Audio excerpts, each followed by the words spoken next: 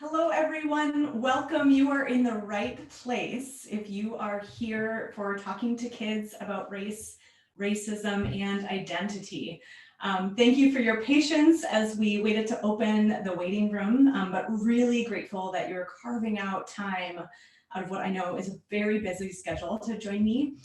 So why don't you go ahead, those of you who are in a place where you can use the chat feature, why don't you just go ahead and say hello, good evening, I'm here to let me know that those of you who have access to a keyboard are with me and can hear me. And then we are going to dive in. Yay, so I'm here. Hello, thanks for being here. Good evening. Hi, Paul. Hi, Heather. Wonderful. I'm just shouting out a few folks. Thank you, Lynn. Thanks for being here. So I know that this is not your first Zoom meeting of the pandemic. So if you have found yourself in the 10th Zoom meeting of the day, it means a lot to me, and no doubt it means a lot to the district and to your kids that you're willing to carve out this evening, this hour together to talking to kids about race, racism, and identity. And so I want to introduce myself because this will be the first of a few sessions that we'll be doing online together this fall. And my name is Erin Walsh, and many of you, some of you maybe have met my dad, Dr. Dave Walsh, when he was in town, and we together co-founded Spark and Stitch Institute. So what we do is we translate research in child and adolescent development into what we hope is more easy to understand language, and practical parent strategies for raising courageous and connected kids. And so as I think about our topic here tonight, certainly our tagline, Parenting for Courage and Connection, the themes that we're going to be exploring and unpacking and talking about tonight are inextricably linked to what does it mean to raise courageous and connected kids. And so I'm grateful that you're here. I'm looking forward to tonight's session as well as our upcoming sessions on sort of parenting in a pandemic. I want to acknowledge as we jump into this topic in particular that we are, of course, navigating sort of multiple crises at the same time collectively together, that you are bringing into this workshop not only your questions, your inquiry, your anxiety about talking to kids about race and racism, given the sort of long overdue reckoning that we're having in our communities and in our country about the impacts of racism and the path forward.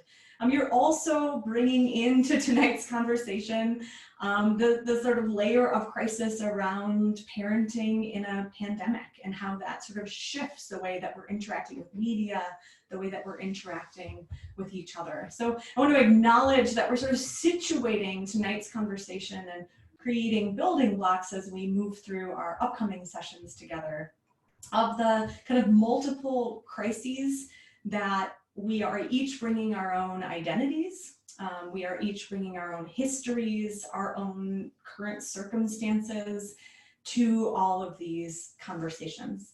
And I wanted to start this particular conversation by sharing a quote from a workshop that I was actually the attendee in. It was a nice shift for me. And the prompt or the question, the invitation by Dr. Sean Ginwright was just reminding us that as we make radical transformations in how we're doing school and how we're connecting with one another and how we're relating to one another and envisioning our collective future, that this is a time from so many different angles of profound transformation. And so the invitation was, what are we going to leave behind? What are we going to sort of shed? And what are we going to courageously take with us? And that question of courage is part of our work at Spark and Stitch Institute, and also a frame for our conversation with our kids and with each other as we think about what does it mean to be talking to our kids about race, racism, and identity. And so as we get into that conversation, I want to start with just naming the assumptions that I have of our starting place.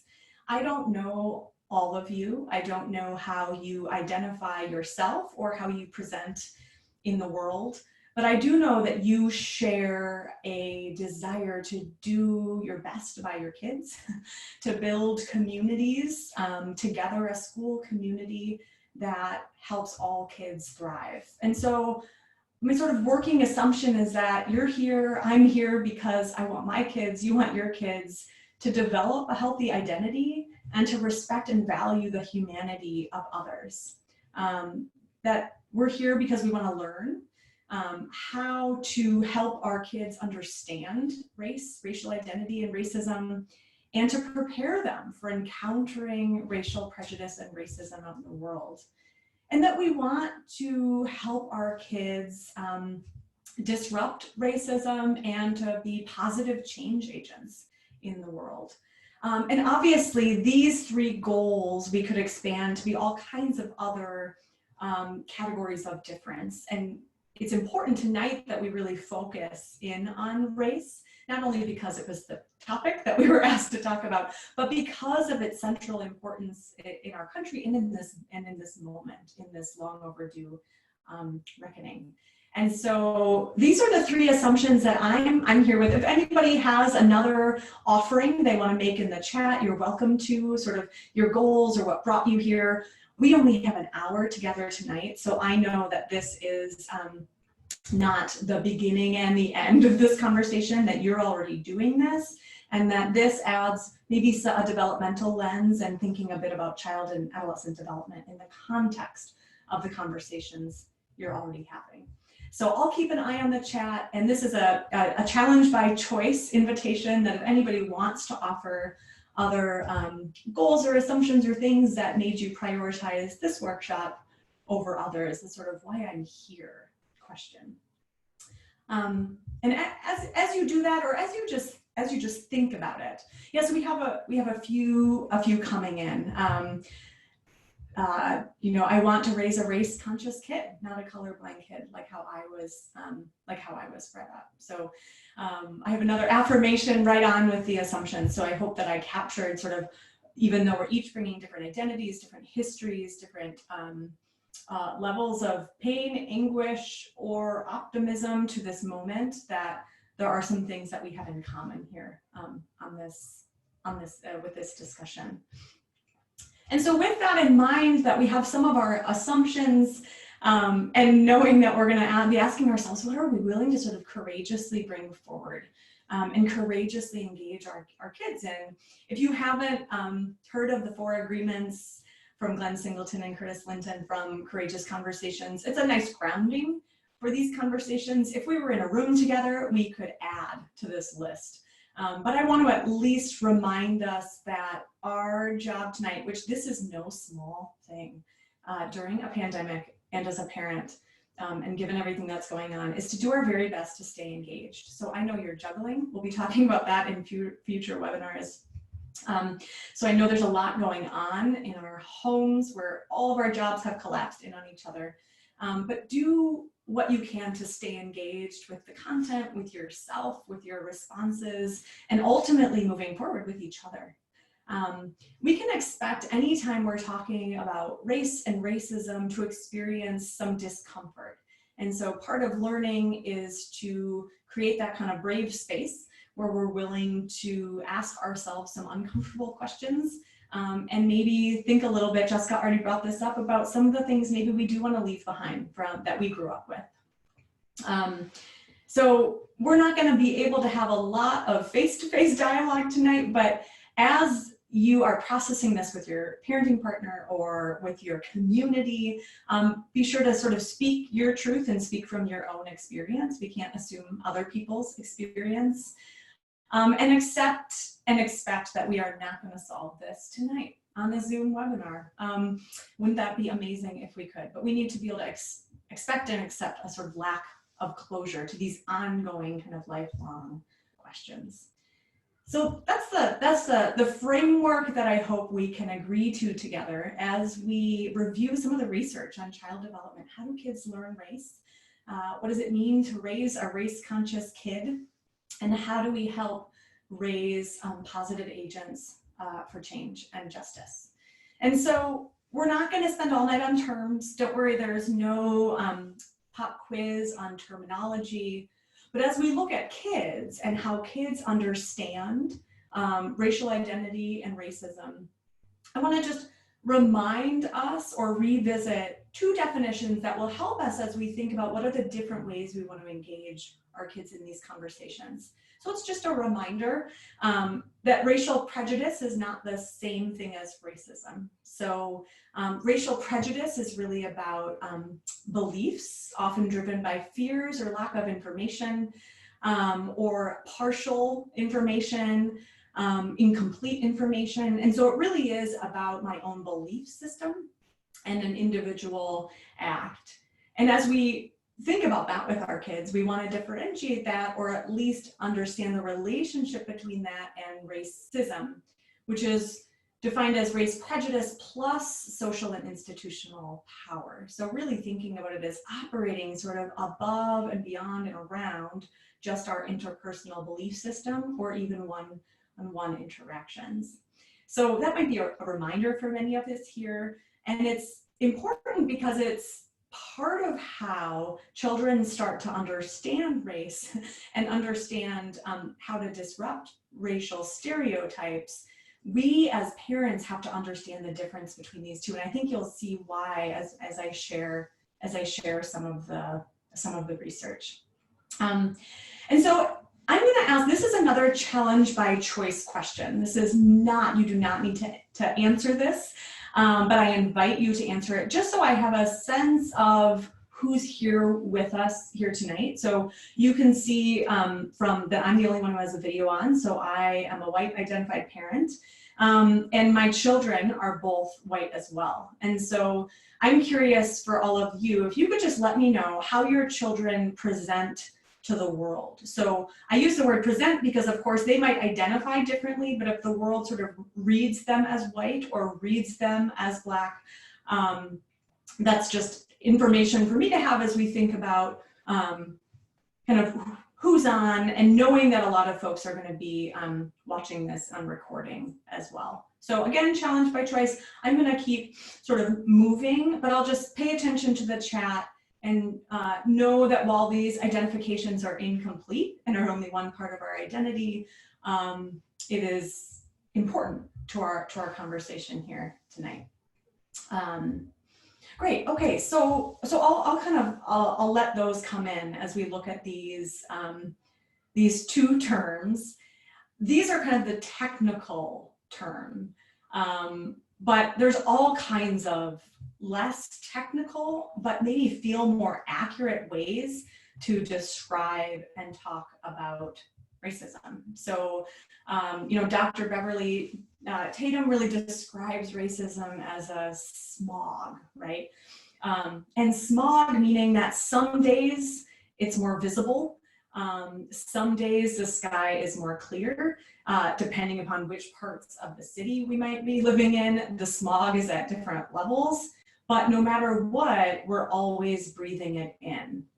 And so the technical definition of racism is one thing, but understanding it as sort of a smog that our children and ourselves are breathing in regardless of our identity and impacting us in different ways. So whether we talk about it as a smog or as Dr. Richard Delgado talks about as sort of race and racial identity, especially in the United States, are sort of the glasses that our children are always wearing, that we don't really know that it affects our vision until we take it off. And so this becomes important and shapes the way that we might respond as parents, whether you are raising little kiddos.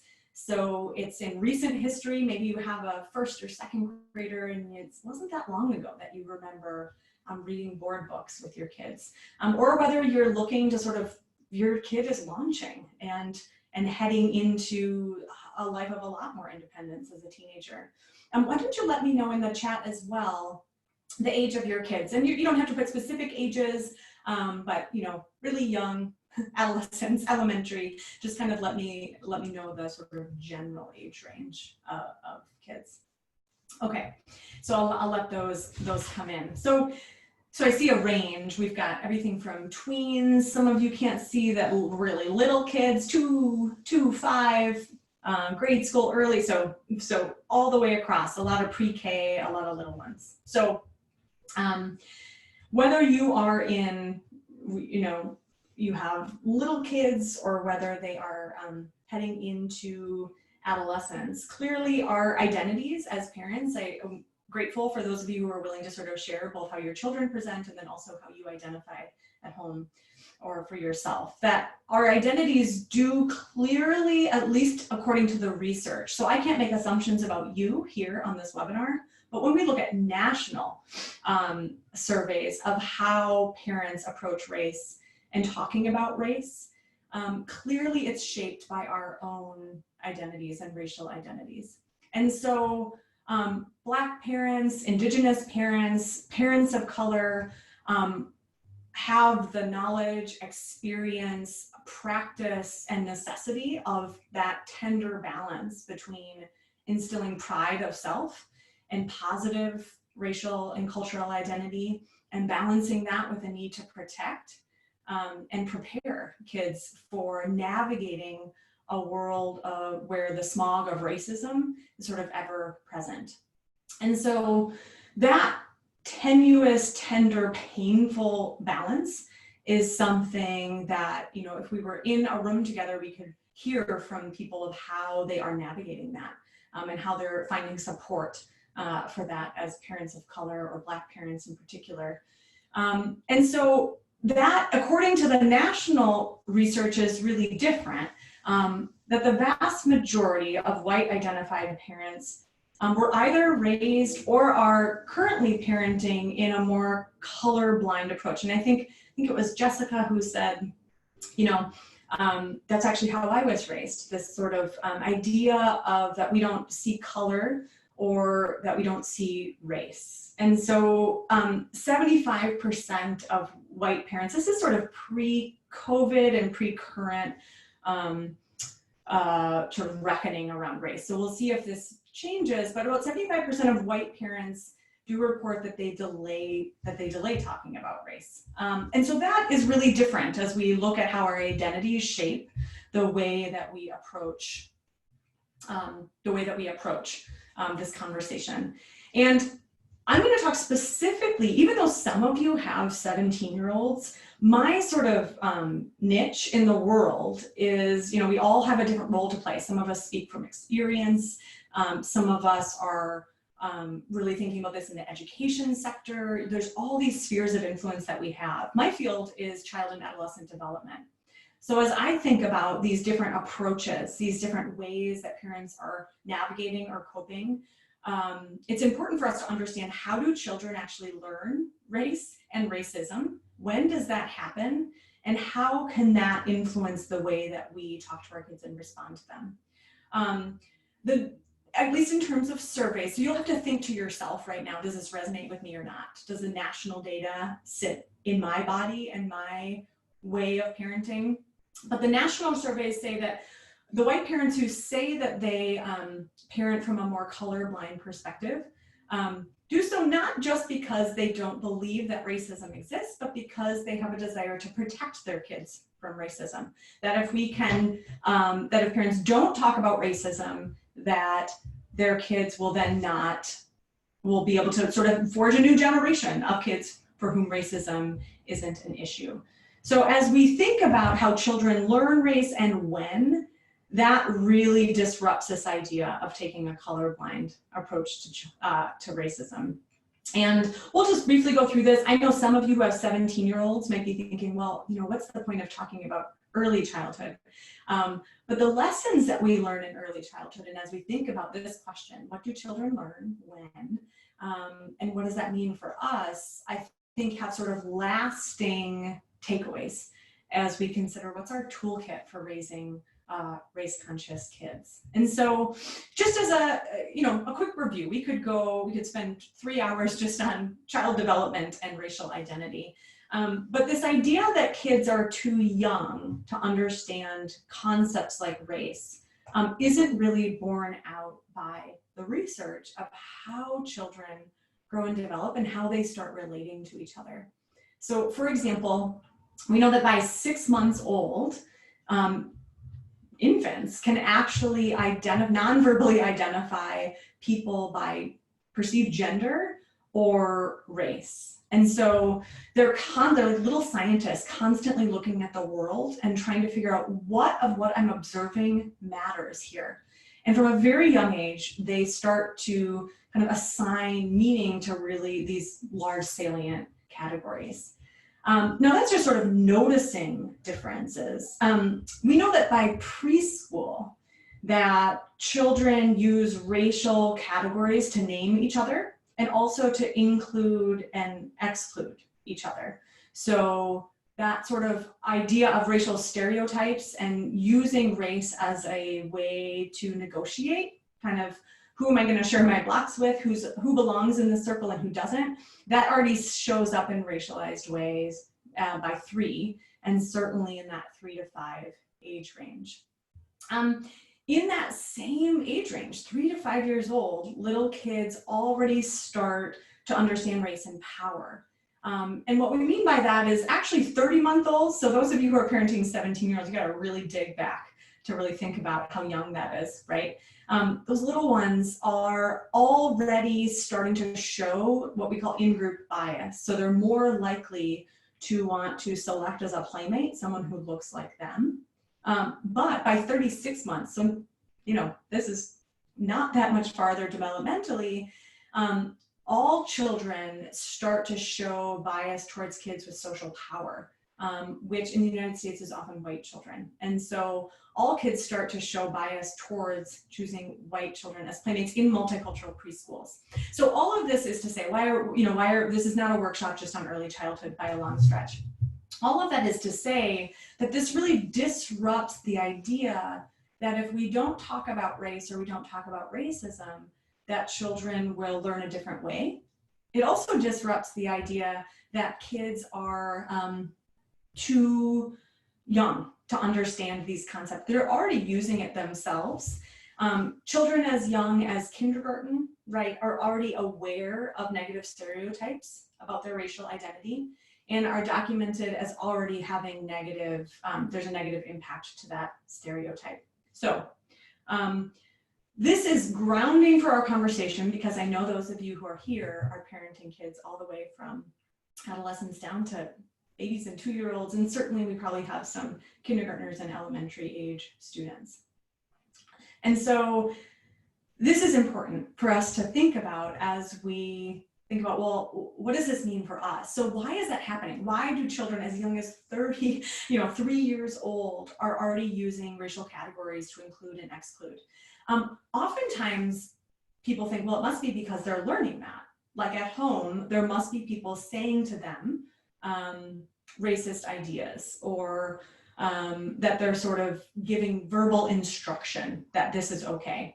And actually the research is pretty clear that this is not really how it happens, generally speaking. It's usually not direct instruction. In fact, a lot of data shows that little children's racial stereotypes and biases actually are predicted super well by their parents' beliefs and biases at a young age. And it's actually what's far more powerful than quote unquote direct instruction is the sort of cultural smog, so to speak, that our kids are growing up in. And so what they're observing in their communities, what they're seeing in media, that this sort of the broad and persistent impact of negative stereotypes or racial biases, kids are absorbing from a very, very young age. People are very surprised by this. One researcher said, he raised his kids in a bilingual household and has a pretty strong accent. And he said, it's not surprising to me at all, because if we were to think that kids would just adopt just what we taught them and just what they hear from us, then we should think that, my kids would have the same accent as me. But actually, they have an accent that's strongly shaped as they learn to speak by the language that they're hearing in their community and their neighborhood, and they don't share my accent at all, or just a version of it. And so racism sort of works in the same way, that our children are absorbing those lessons in really, really powerful ways. So they're kind of constantly seeking clues about what their identities mean. This is no longer just little tiny kids.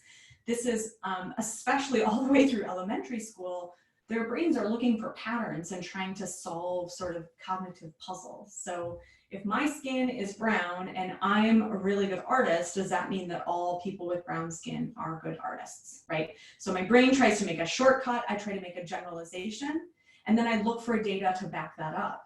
And if I'm seeing data that backs it up, great. If I'm seeing data that complicates that, then I might make a different hypothesis or come up with a different belief.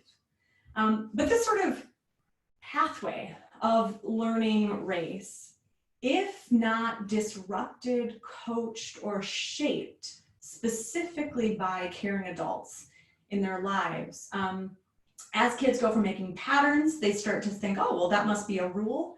And now I'm going to norm to that rule. I'm going to start forming a racial identity based on these stereotypes or based on resistance to that stereotype. And then I might start enforcing that with my peers. This is the way things are, right?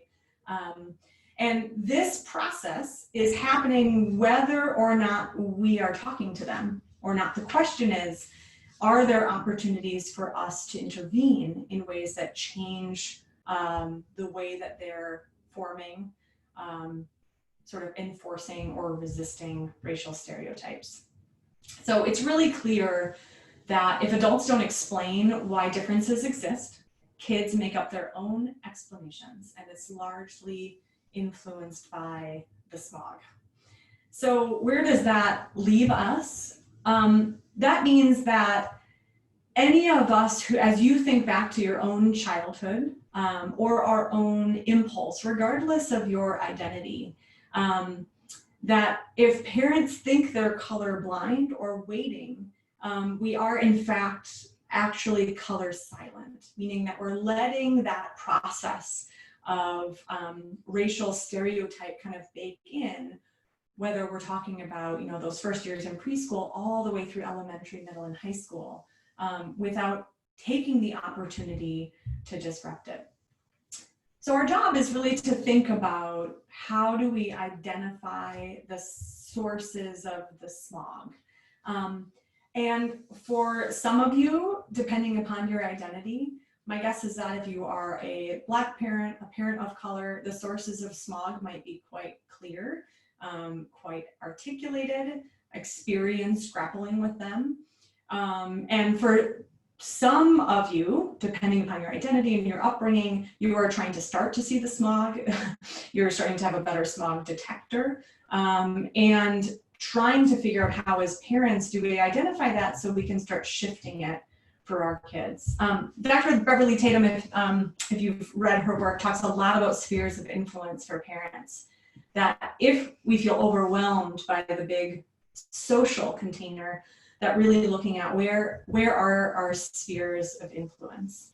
And it's clear that it does start with us, that while it would be in some ways nice as a parent to say, oh, well, I'm just gonna work on the kids, that we really do have to think about how do we start moving into an area where we're willing to feel some discomfort, or if I felt some, if because of your identity, you've been living in risk or danger zone, how do we start building collective communities where Black parents are allowed a little more comfort, and that white parents start sort of stepping up to think about how do I take the risk myself to disrupt those racial stereotypes that sort of creep in so young. And so we can start just by thinking about your own level of comfort. And again, you're welcome to share in, but this is again sort of a total challenge by choice. This is more for you if you have a notebook next to you, if you have a piece of paper around, to really just take your own kind of pulse on where you're starting from, knowing that it's not starting on this webinar tonight. But as we think kind of like, what is my toolkit? Take an honest pulse. I would rather not talk about this. My parents never talked about this growing up, and I have no toolkit. I'm very overwhelmed. I'm very comfortable talking about this. I've done a lot of work around this. And this is something I've been doing with my kids for various reasons, since they were born and before. So, and everything in between. So it's helpful for us to think about sort of what's my starting place, and then acknowledging that and trying to move towards what's appropriate risk for me. How do I get from I'd rather not talk about it to I'm talking about it but I'm not comfortable, to getting to that place where we can get a little more comfortable, right? So we're hearing from some folks. Some folks are saying I'm very comfortable.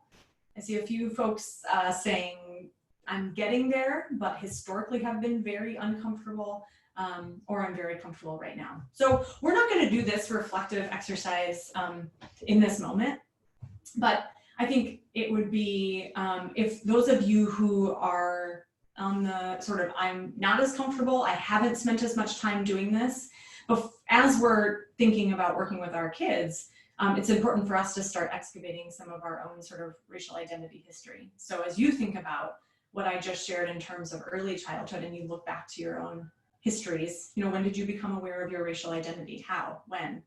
Do you remember a time when you felt rewarded or punished because of your racial identity? Do you remember a time where you felt powerful or scared? So, you know, we'll share these slides, and I do think that taking some time, if you haven't, and I'm assuming that many of you have based on some of the responses, but I'm also seeing some responses that indicate that these questions might be new. And so thinking back to sort of, okay, what am I bringing to this? What lessons did grown-ups around me teach about race? Did they? How did they teach me? Was it direct instruction, or did I learn from the way that their eyebrows raised, or the books that they had? What were the lessons that I learned, and how is that shaping me now? One of the exercises that you know, anti-racist educators and folks that are really trying to help teenagers in particular think about how their circles of concern are working. This is an exercise that we parents can do as well. So, you know, if we situate ourselves and we think about sort of who's in our circle of concern, and then for whatever reason, you know, who's outside of our circle of concern, and asking ourselves some questions about that. So Harvard's Making Caring Common project sort of invites parents and teenagers alike to do this over time, and to start reflecting on what does it mean to have people in our circle of concern? What does that look like? What does it feel like? Who's outside, who's inside, and why? And how do we sort of continuously expand that? The reason we start with ourselves is because, you know, if you've read Julie Lythcott-Haines's book, A Real American, she reminds us as a parent, another parenting expert, you know, we are our kids' biggest role model, that's for sure, around issues of race and anti-racism. But whether or not we're our kids' best role model really depends upon the work that we're willing to do, the reflection that we're willing to have, and then how we're willing to show up and make choices in any given moment. So the way that we build our communities and our friendships have a far bigger impact on our kids than just a few words that we might say. So in the context of an hour, we can't dig too deep, and maybe Zoom isn't the place for it. But this practice of how do we talk to kids about race and racism really does have to start with us. Because if we don't start getting comfortable and consider ourselves learners, then it's difficult for us to engage our kids. Because it is clear that a few of you have said you're very comfortable. A number of you have said you're really trying to learn and weren't raised this way. So we do know that one of the tools that we have is to talk about it. So when kids ask questions and we either sort of shush them or shut it down or get really uncomfortable ourselves, those questions don't go away. They usually just go unasked, or as our kids get older, they go to ask the internet, which can be wonderful and can be really damaging depending upon who they find there.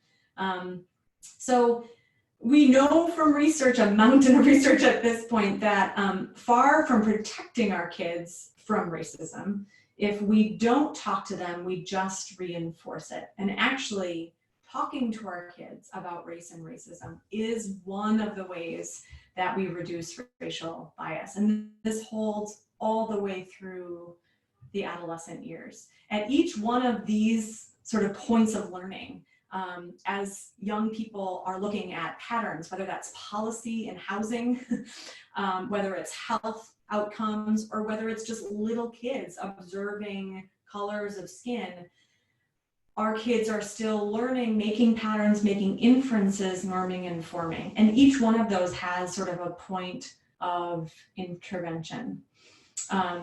Yeah, and I'm seeing, feel free to sort of, I'm gonna try to note the questions as they come in.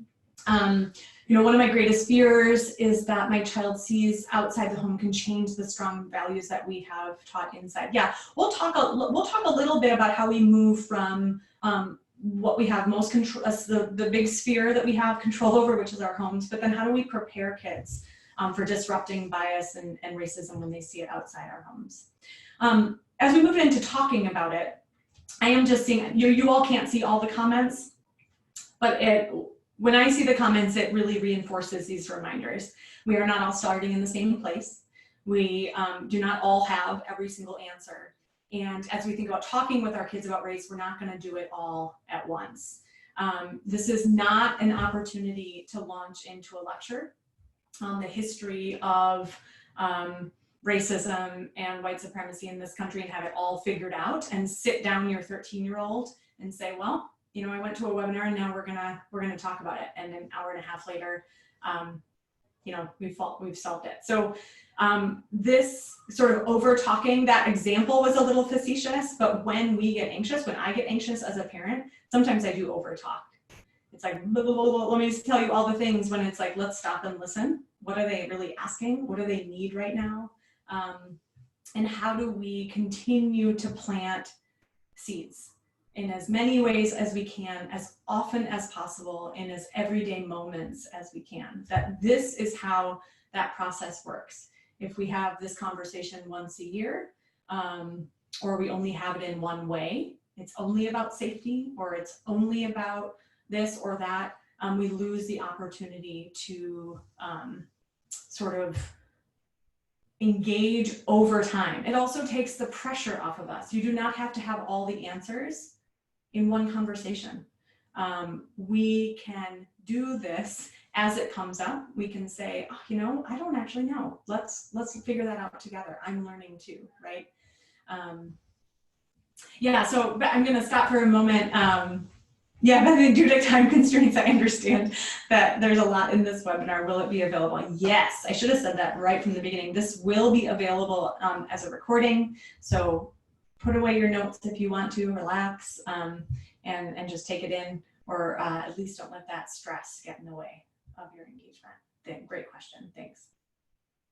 Okay, so planting seeds is how we think of it, not as a one-time lecture.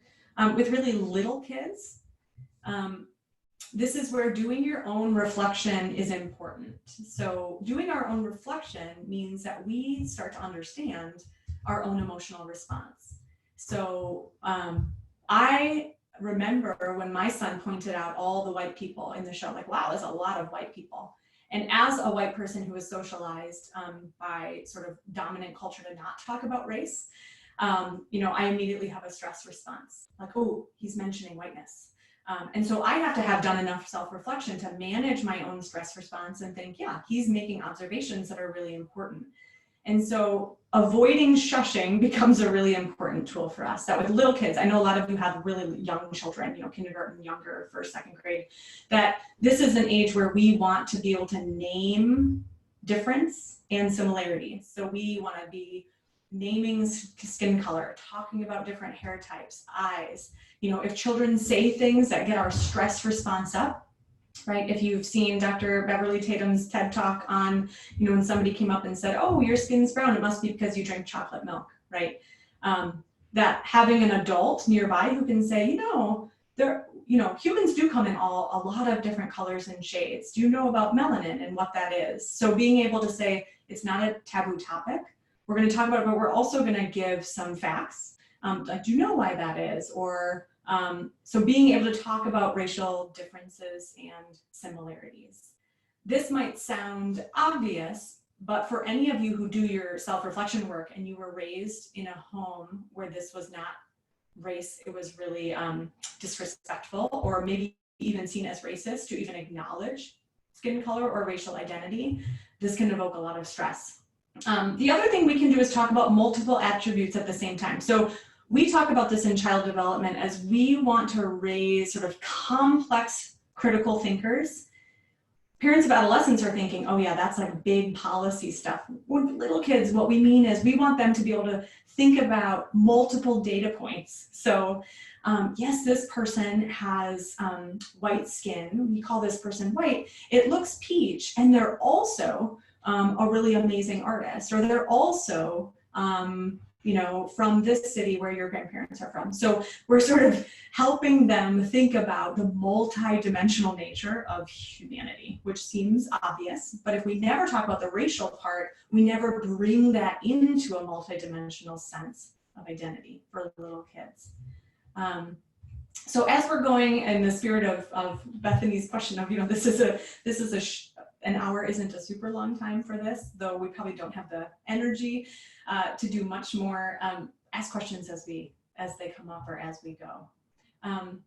So we want to be able to name race, name skin color, name hair, talk about and celebrate those differences without the shushing, and then being willing to listen.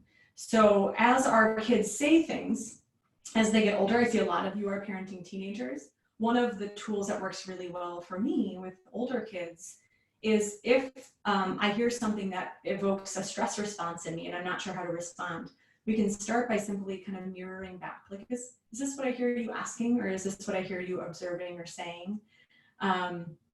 Okay, so I'm going to mirror that back to you, make sure I got it right. I'm going to take 3 deep breaths, and then I'm going to think a little bit about, okay, what's the opportunity here for teaching or for questioning or for listening? This 4-step process as our kids get older will protect us from going into lecture mode, which is like, well, let me tell you, 15-year-old, everything you should think. It will also keep us from shutting it down because we're stressed, right? Or avoidant. I can't deal with this right now. So repeat, take 5 deep breaths yourself or count to 10. Think a little bit about what's the opportunity here for teaching and learning, and then we can open our mouths and actually say something. I think this is one of the best tools that I have, because so often in workshops we just get, here are all the 50 things you should say to your kid. But so often it's about really staying in relationship and dialogue with them. And it's so easy for us to be like, I don't remember what I was supposed to say because I'm too stressed and I don't have the answer to this. So this model, when you get the slides, might be helpful. Put it in your fridge. We can ask them questions. So again, you'll get a copy of the slides, as opposed to immediately going into lecture mode. You know, where did you learn that? Tell me more about that. This is as kids are getting older. You know, I hear you're making an observation. You know, I'm not so sure if that's true. Let's go figure that out together. I want to hear what you think about this. Have you seen this in this movie? So these kinds of open-ended questions can become really useful as your kids are getting older. Media are very, very useful. And I do want to spend, knowing that, please ask questions as we go, because I want to spend a little bit of time. If the main lessons from experience and research is do our own work, do our own learning and our own reflecting, talk often in little everyday moments. The other lesson is to really look at the world around us and use the tools and the storytellers to start those conversations. So we've known for a long time that storytellers are powerful forces in the lives of kids. And whether it's video games, movies, books, that kids need to be able to see their identities reflected in these stories. Kids need to see their other experiences and other identities, so they need windows into the other worlds. And then they need sliding glass doors so they can move into those worlds, that they can inhabit them and share them with other people. And this kind of rubric can be helpful as we think about looking at our own Netflix queue, at our own bookshelf. Do our kids have healthy mirrors of their own racial identity? Do they have enough windows into other people's experience and other racial identities? Do we need to do some work to sort of diversify our bookshelf and make sure that we aren't just going with sort of the default mode of, you know, what the first things that we see. So my guess is that for those of you here, this is not news. Like, oh, we can use media. Here's where it gets, I think, a little interesting when you dig into the research. Just diversifying our bookshelves doesn't work super well. It's like step one.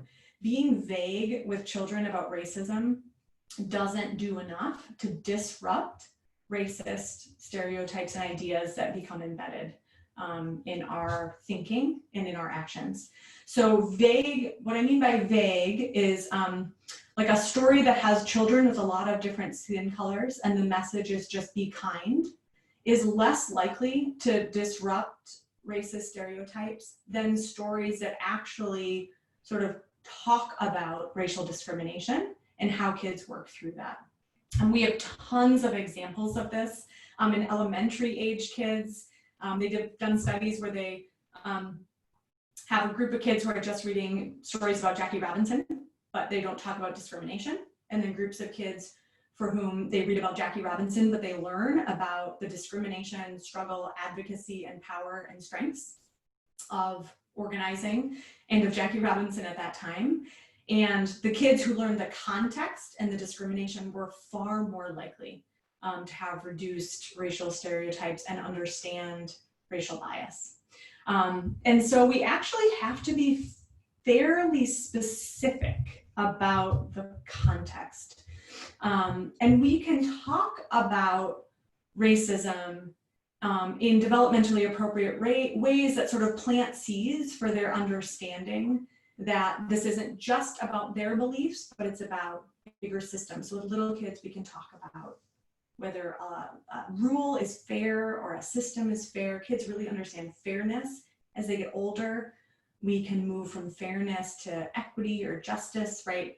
And so, but these are the three things we want to make sure we're doing when we talk about racism so that we don't inadvertently reinforce racist ideas, that racism happened a long time ago and it's over, and only bad people are racist and we're good people of whatever kind, and that we're not going to talk about it so that it'll go away. So we can, throughout childhood and into adolescence, sort of make touch points as we're watching movies, as we're seeing books that sort of situate characters in, you know, what are the systems that they're living in, that they're not fair. Little kids understand rules.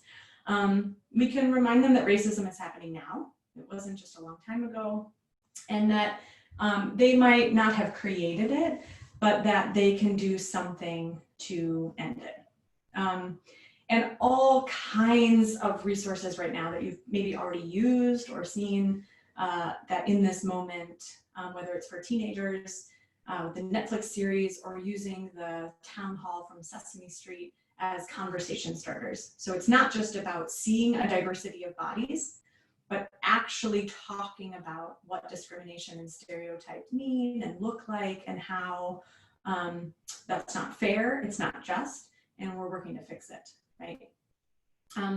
And so that's important. And then as we think about media, so we want to talk about racism, talk about discrimination, a multicultural curriculum that just talks about heroes of color, that doesn't talk about the discrimination they face or their own strengths and advocacy around it, do way less to help kids develop sort of race consciousness and anti-racist thoughts and habits. Does that make sense? So we want to do that. And then we also, this is an invitation and a reminder that the research is also really clear that our bookshelves should not just be about racism. So, you know, this is Christine Taylor Butler, who is an author, a best-selling author, and she's like, please, you know, for every one book you do buy or read about racism, or movie or YouTube channel, make sure that you have, you know, 20 others that are about strengths and joy and the complexity of humans in all of the ways that they show up in the world. And so I think we can move beyond tonight. The sort of invitation to you is when we hear diversify our bookshelves, let's let's think about those two things as well. It's not just about what the books are, but what's the conversations we have about the context, and then making sure that our books, regardless of your child's identity, aren't just about struggle and aren't just about racism, but are also about the fullness of strengths and joy and brilliance that all kids have. So that's a little bit on media. I know we have 10 minutes left, so I'm looking as questions come in. I have one other kind of tool that I think helps us move from just talking to preparing our kids to disrupt things, even from a very, very young age. This is really important for all of our kids, because awareness, as we look at identities of kind of racial identity formation, awareness without response strategies, whether my child is the target of racism or discrimination, or whether they are a bystander to racism or discrimination, or whether they're becoming aware of the smog and their identity situated within that. Awareness without what do I do is a recipe for despair or disengagement. I'm out. I don't know what to do about it, so I'm going to disengage. And so what we want to sort of cultivate is, yep, this racism thing is everyone's problem, including mine, and I'm going to do something about it. And that doesn't mean that I'm going to race in with the solution, but it means that we're raising kids who have a sense of, when I see racism, I know how to sort of spot it, at least, and some strategies for disrupting it. This is important because in general, when we survey parents, coping strategies for kids of color, right, as they think about how do I protect myself, can get very specific. But oftentimes kids who are being coached to spot or see racism or other forms of oppression or discrimination for other kids, we are just told that it's bad and to be kind. But we aren't necessarily equipping those kids with the same kind of very practical skills. And skill building is part of race consciousness. The research really shows that around both gender and race, that kids need to be sort of activated as first responders, because they are just hearing be kind. It's like, first, how do I notice it? So how do I see it? Those are the conversations we've had so far, talking about it, using media, coaching kids. But then what do I say? What do I do with that? We have some good research, especially around gender, that the kind of narrative strategy, which is I read a book to my kid about how they should be a positive upstander and take care of other kids. That's wonderful. I'm not saying that that is a bad move. We should read those beautiful stories.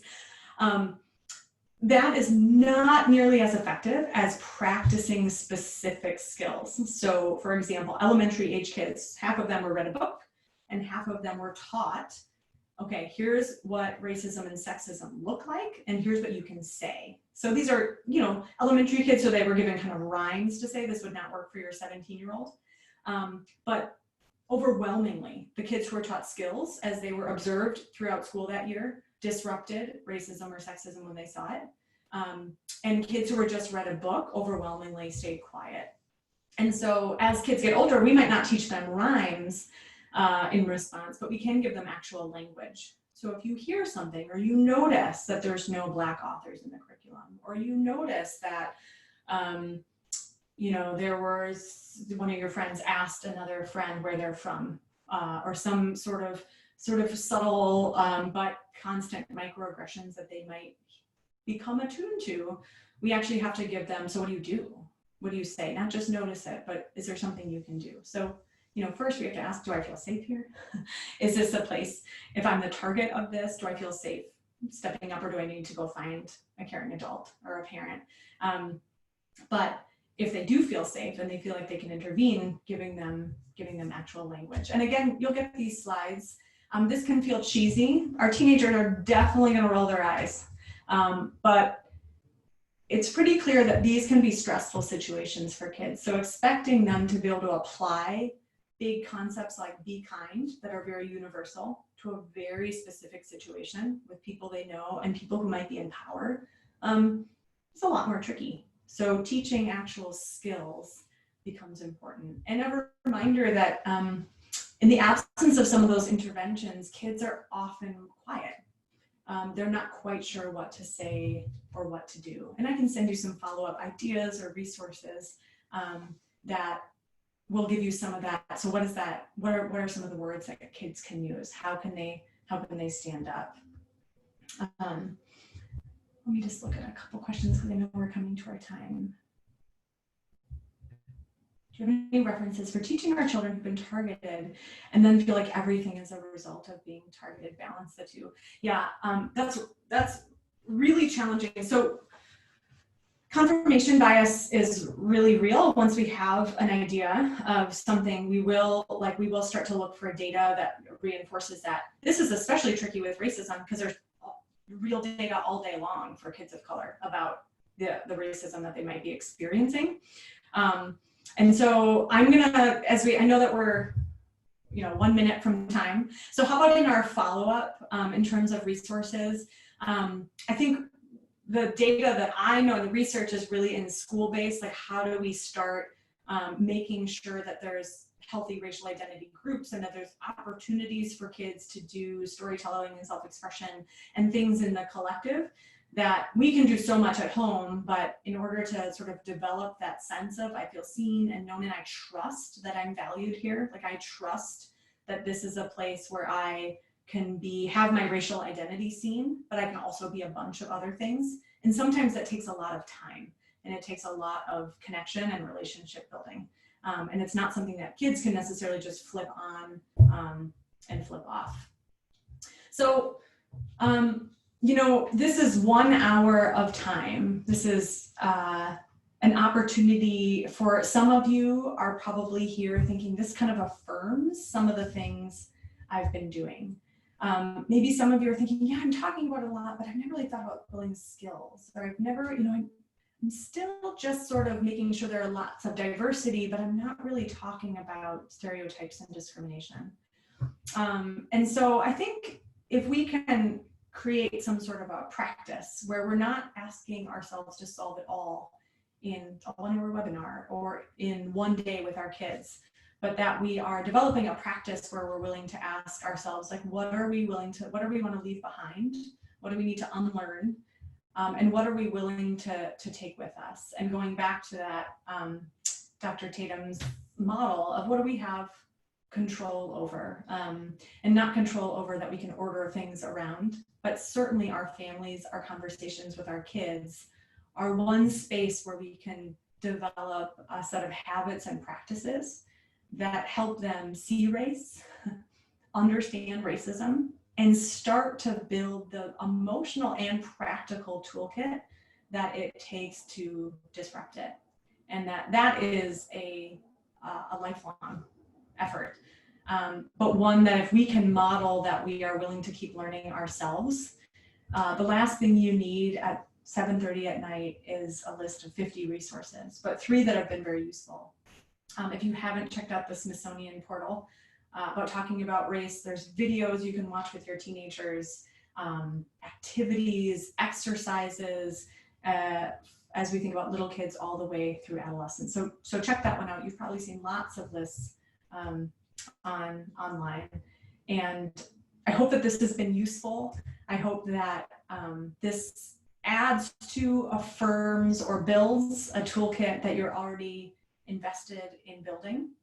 And I also hope that this is an ongoing conversation and one that is certainly well worth our time, but also takes some attention to taking care of ourselves as we do it.